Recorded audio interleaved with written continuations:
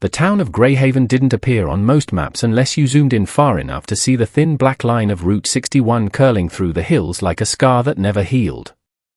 People passed through it without stopping, or stopped without staying. That was the first rule of Greyhaven: no one stayed longer than they had to. The second rule was never spoken out loud. Everyone knew something was wrong. They just never said what. When Ethan Cole returned to Greyhaven after 12 years, the town welcomed him the same way it welcomed bad weather, with silence and closed doors. The bus dropped him near the abandoned grain mill at the edge of town. The driver didn't wait for a thank you.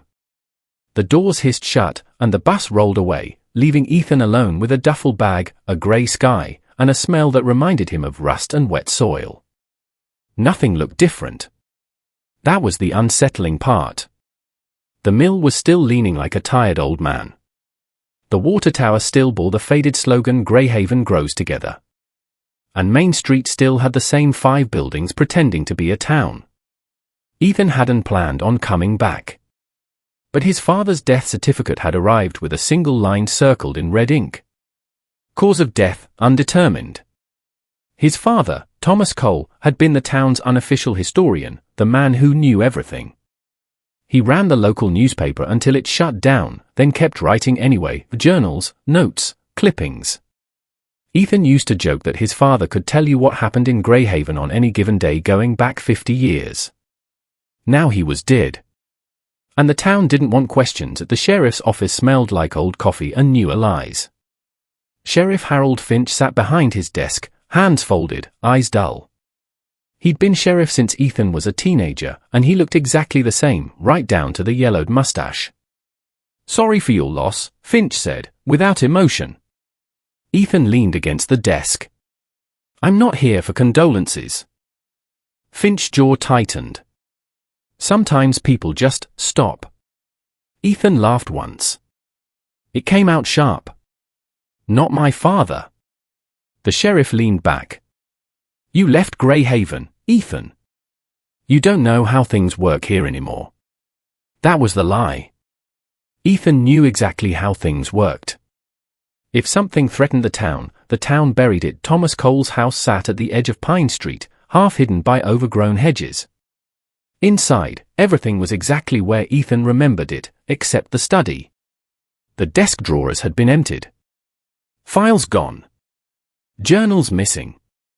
Only one thing remained, a single notebook tucked behind a loose floorboard. Ethan sat on the floor as night crept through the windows and opened it. The entries were fragmented. Dates without years. Names crossed out. Places written in code. And one phrase repeated over and over again, in different handwriting styles, as if his father had written it while shaking. "They all know." The final entry stopped mid-sentence. "If anything happens to me, look beneath." Nothing else. Greyhaven's people watched Ethan like he was a ghost who hadn't realized he was dead. At the diner, conversations died when he walked in. At the grocery store, the cashier's hand shook as she rang him up. At the bar, an old man whispered, "You shouldn't be here," before refusing to explain why. Only one person spoke freely. Lena Morales. She'd been Ethan's best friend growing up. Smart. Stubborn. Too curious for her own good. She now worked at the town library, a place that should have been shut down years ago. "They think you'll dig," she said quietly as they sat among dusty shelves. "That you'll finish what your father started." "What did he start?" Ethan asked. Lena hesitated. "He started connecting things the town worked very hard to forget." She pulled out a faded map. "Do you remember the fires?" she asked. Ethan frowned. "Which ones?" "Exactly."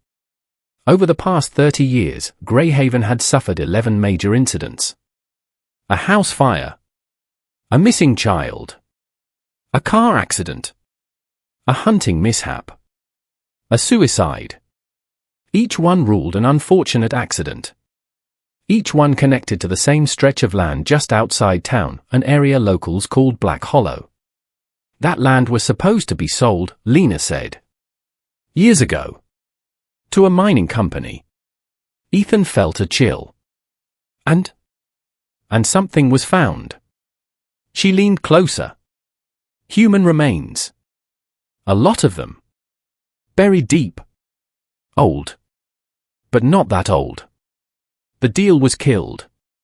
The remains were reburied. And anyone who asked questions didn't last long. The town decided silence was safer, Lena said. And they enforced it. Ethan broke into the old newspaper office that night. Behind the press room, he found what his father had hidden. Boxes. Dozens of them. Death certificates altered. Police reports rewritten. Photos never published. And names. The same names. Town council members. Business owners. Law enforcement. Teachers. Pastors. Greyhaven wasn't protecting a secret. It was the secret. Before Ethan could leave, footsteps echoed. A voice said calmly, "I was hoping you'd find those." Sheriff Finch stepped into the light, gun in hand. "You're not supposed to know," Finch said. "Your father knew. That was his mistake." Ethan raised his hand slowly. "You murdered him." "No," Finch said. "We protected the town." The truth spilled out like rot from a broken coffin.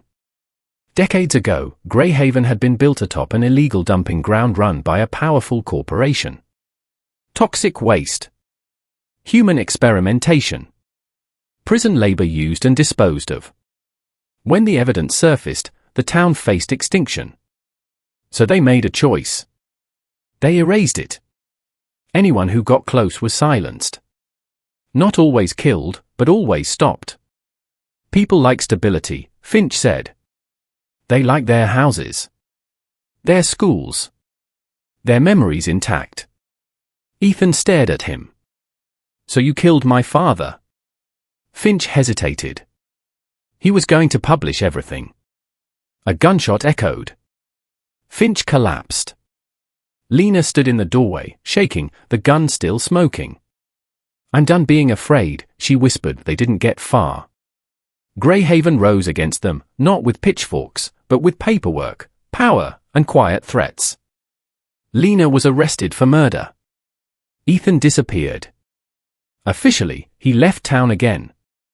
Unofficially, his evidence surfaced online 6 months later. Files leaked. Names exposed. Graves unearthed. Greyhaven became a headline. Then a scandal. Then a cautionary tale. Today, Greyhaven is mostly abandoned. Houses rot. The diner is closed. Black Hollow is fenced off with warning signs no one reads. But sometimes, travelers say they feel watched as they pass through.